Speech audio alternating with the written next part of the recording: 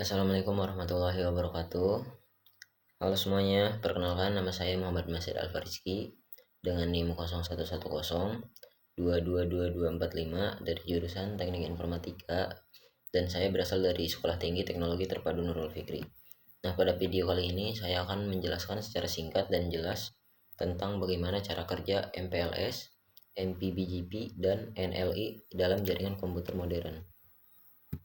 Nah, MPLS ya, atau Multi Protocol Label Switching ya, adalah teknologi untuk mempercepat proses pengiriman paket data di jaringan.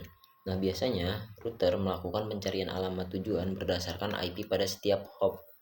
Nah, MP MPLS itu bekerja dengan cara memberikan label pada paket. Kemudian label ini ditempel di bagian depan paket sehingga si router tidak perlu lagi melakukan proses routing table lookup yang berat gitu. Nah, router hanya membaca label lalu kemudian memutuskan kemana si paket ini harus diarahkan. Nah, ada 3 proses utama ya dalam MPLS ini. Yang pertama adalah labeling, yaitu ketika si paket memasuki jaringan MPLS dan kemudian diberi label oleh router yang disebut label edge router.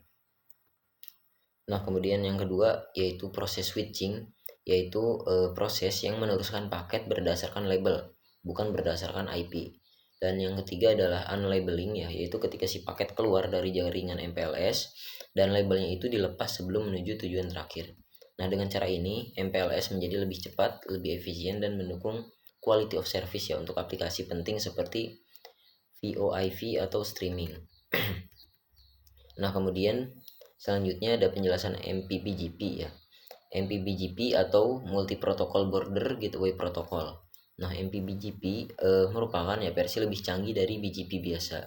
Nah, jika BGP biasa atau klasik itu hanya menangani routing IP versi 4, MPBGP mampu membawa berbagai jenis informasi routing sekaligus.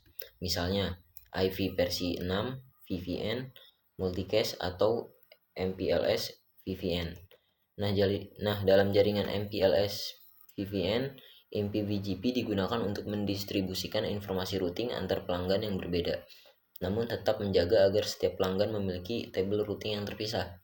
Nah, MPBGP tidak mengirimkan paket data secara langsung. Nah, tugasnya hanya menyebarkan informasi route, yaitu siapa bisa mencapai siapa, dan melalui jalur mana aja. Nah, dengan MPBGP, sebuah operator dapat menghubungkan banyak lokasi pelanggan tanpa saling bertabrakan, meskipun mereka menggunakan IP private yang sama. Nah, kemudian bagian terakhir yaitu bagian NLRI, yaitu merupakan komponen penting ya dari MPBGP. Nah, si NLRI atau Network Layer Reachability Information merupakan ya adalah informasi yang menjelaskan jaringan mana yang bisa dicapai dan bagaimana cara mencapainya.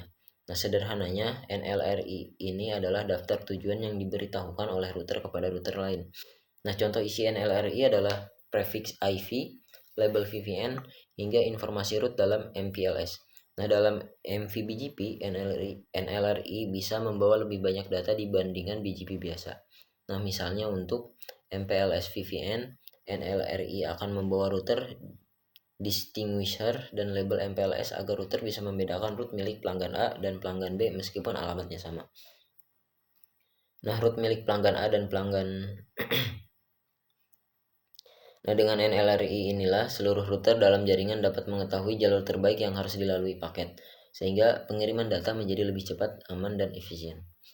Nah, mungkin demikian aja ya penjelasan mengenai cara kerja MPLS, MPBGP, dan NLRI.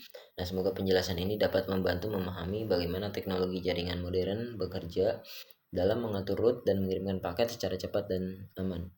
Terima kasih sudah menonton. Wassalamualaikum warahmatullahi wabarakatuh.